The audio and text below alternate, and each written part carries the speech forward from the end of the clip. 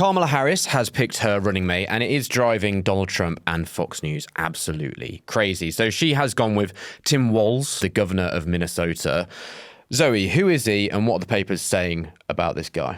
So Tim Walz, he was a bit of a dark horse. People weren't really talking about him that much a while ago. And that now there is that really kind of saccharine sweet call, I don't know if you've seen it on social media, between Kamala and Tim, where she rings him and she's like, Tim, I want you to do this with me. And everyone's like, woo! It's quite nice, really. I know my mum liked it. Yeah.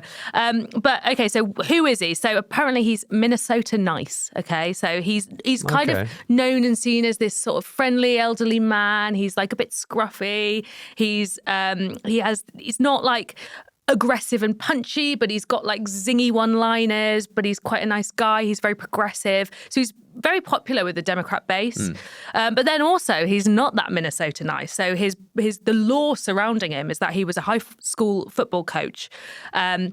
And he came into this high school as their defensive coordinator, working out how to sort of tackle and silence the opposition.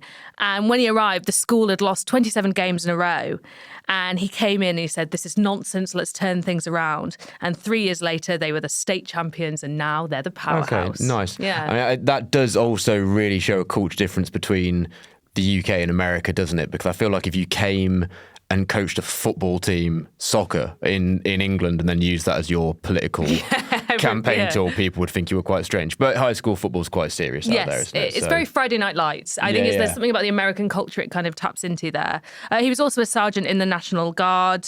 As I said, very popular with progressives.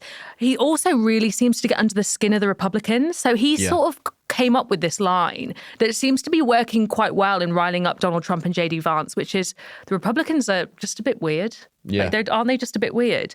And he keeps saying this, and it seems to really starting to irk, especially JD Vance.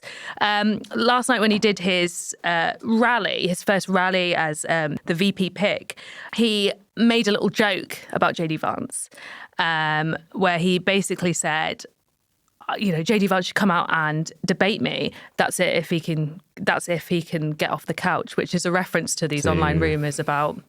Yeah, the couch fucking. Yeah, the couch fucking. We can say couch fucking. Right? Don't worry about it. Yeah. And it's almost 10 a.m. Not rumours. They've been proven to be untrue by the AP. So that's not true. It's not true.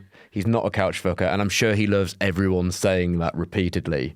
I think this is saying he's not. This is the thing. I think he's mastered the art of if you can just get under their skin and just keep poking them and saying like all the things they really don't like, they sort of start to unravel. Yeah, they keep being really, really weird about not being weird. I saw JD Vance put this video out where he's sort of manspreading and saying like, I'm not weird. Yes. How could anyone call me weird? And it's just putting out this weird video saying you're not weird is making you look pretty strange. Far weirder. I mean, Jay, what do you make to what you've seen of Tim Walz? Yeah, it seems like a very professional, qualified man to do quite an important job, which I'll be honest with you isn't what I go to American politics for. No. I like the madness. I like the couch fucking. I was having, like 6 weeks ago when we were kind of in the height of election stuff here, and I was finding it kind of uninspiring, bit boring. It was just so good that you could go to the American stuff and it's kind of fun with a great enough distance, nice big ocean between us, so you're not too scared by it. Like, it was a good laugh when it was Biden and Trump. One's mental, the other one keeps stopping.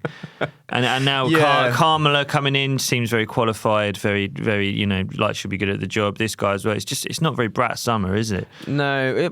I don't know. There's this. You showed me a picture, Zoe, of him pulling quite the pose, which felt quite brat summer-esque. Yeah, it's like Camp Superman. Yeah, I think. And I would argue, together with Kamala, I mean, I am obsessed with watching TikToks of her dancing. You know that one of her dancing with all those school children behind her doing all sorts, and she's like really getting into it.